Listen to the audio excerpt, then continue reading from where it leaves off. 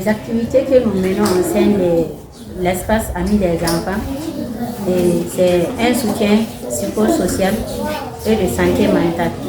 Participer à des activités récréatives et éducatives également avec les enfants.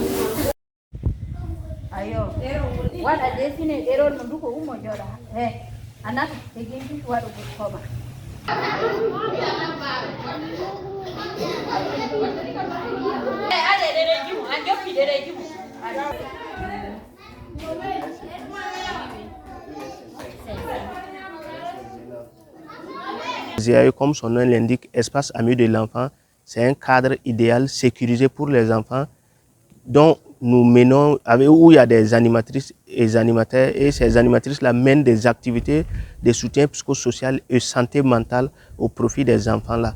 Donc l'objectif est que ces enfants retrouvent la stabilité sur le plan de la santé mentale.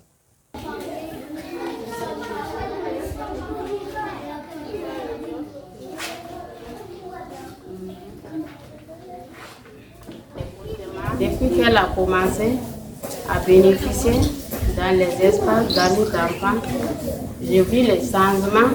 Mon enfant n'est plus collé à moi. Elle joue avec ses camarades, elle participe pour aux activités.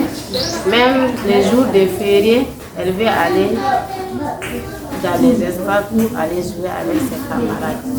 J'ai vu les changements. Vraiment, les cauchemars bizarres sont partis.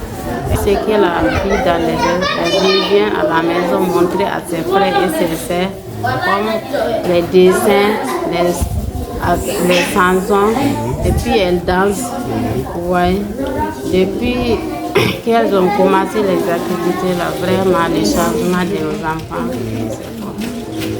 Les différents types de profils dont nous rencontrons dans nos espaces amis des enfants sont entre autres les enfants vulnérables, les enfants séparés et les enfants qui ont vécu des traumatismes et également des enfants vivant avec un handicap. Voilà, il y a des enfants qui sont victimes de traumatisme et souvent ces enfants-là sont référés à des psychologues pour une prise en charge psychologique approfondie. Et souvent, il y a des enfants aussi qui ont vécu certains traumatismes et que, arrivé au niveau du psychologue, si le cas dépasse sur le plan psychologique, ces enfants sont référés chez un psychiatre pour une prise en charge sanitaire plus adéquate. Voilà, donc l'absence ou le manque des ZAE peut avoir des impacts. S'il n'y a pas des ZAE qui sont mises en place en temps de crise, il est difficile de pouvoir identifier ces enfants.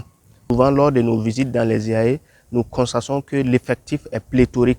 Voilà, souvent, on peut se retrouver avec 200, voire plus, au sein du même EAE. Or, pourtant, normalement, au sein des EAE, on ne devrait pas dépasser 50. Mais souvent, on constate qu'il y a l'affluence au niveau des EAE et que les enfants participent pleinement aux activités.